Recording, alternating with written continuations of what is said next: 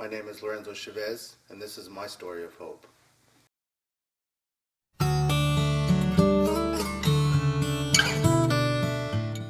I grew up in a family of 8 kids. I was I think I'm like the 4th oldest. My dad was military, so I moved around a lot. We had finally settled down in El Paso, Texas. My mom and dad were separated when I was in 3rd grade, got divorced. So I ended up having to move up here to Washington to my father, who I never had any dealings with since 3rd grade. So at the third grade, I think I was probably 7, my dad had called me and told me that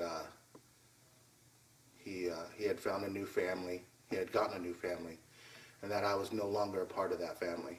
So that was his reason for not calling us anymore, which was hard to take it, in 3rd grade, being that young. So I pretty much grew up with a single mom. She did whatever she could to raise us all.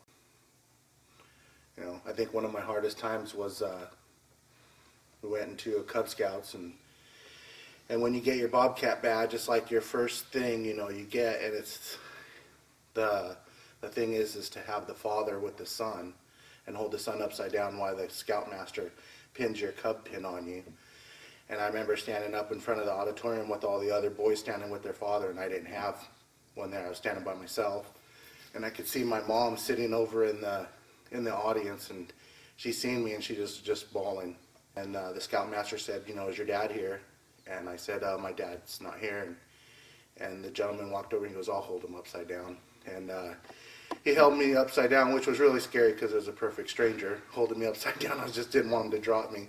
And my mom was crying even more because of just that act. And when they pinned me, I think that was like one of the proudest moments in my life. So I think one of the hardest things for me, even today when I think about it, is when my mom had fell off the porch and broken hurt her arm, and she went to the hospital, and this was probably over maybe a 1.5 week span. And so she went into the doctor, and she was losing weight and stuff, and what had happened is they told me that that while my mom was in there on her appointment, that they were doing her checkup, and she had a massive coronary because the cancer had spread into her body, and that she was gone just like that. I mean, I think about it now, and it still gets kind of hard. I never got to say goodbye. I never got to tell her I loved her. Like I said, growing up Catholic, you went for sweet 16s and all that kind of stuff. But as I got older, and my mom passed away, it seemed that the only time I ever went to church was to bury somebody.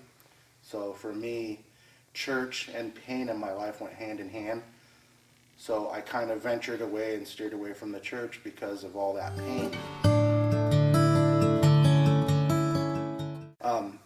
She started looking for churches, and so she found Celebration Center, and she started coming, and she asked me to come, and I couldn't do it because of everything that I had in my life that was traumatic.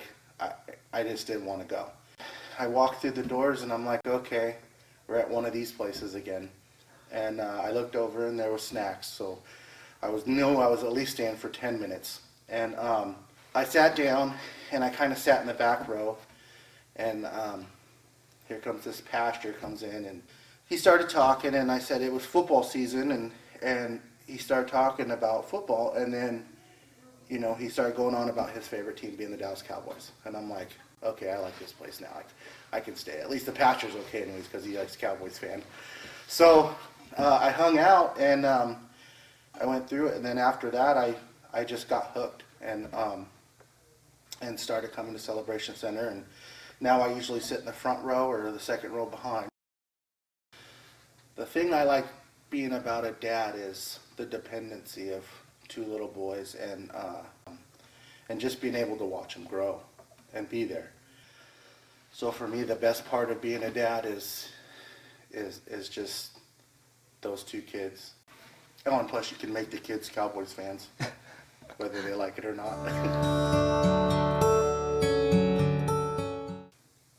One of the things that's near and dear to me in my heart is being there for children that don't have fathers, and even adults, maybe adults that have grown up without a father in their life, being able to share and communicate things and tell them of struggles that I've been able to work through, and see that just kind of bloom in their eyes and understand that. Coming to Celebration Center and actually working through things and doing some Bible studies, and then just realizing that all this time I didn't have a father, that I did have a father in heaven, and I didn't really realize that until 6 months ago, that the whole time that I felt I wasn't grown up with a father in my life, that he was there. He was rooting me on. I was good enough. I was more than good enough.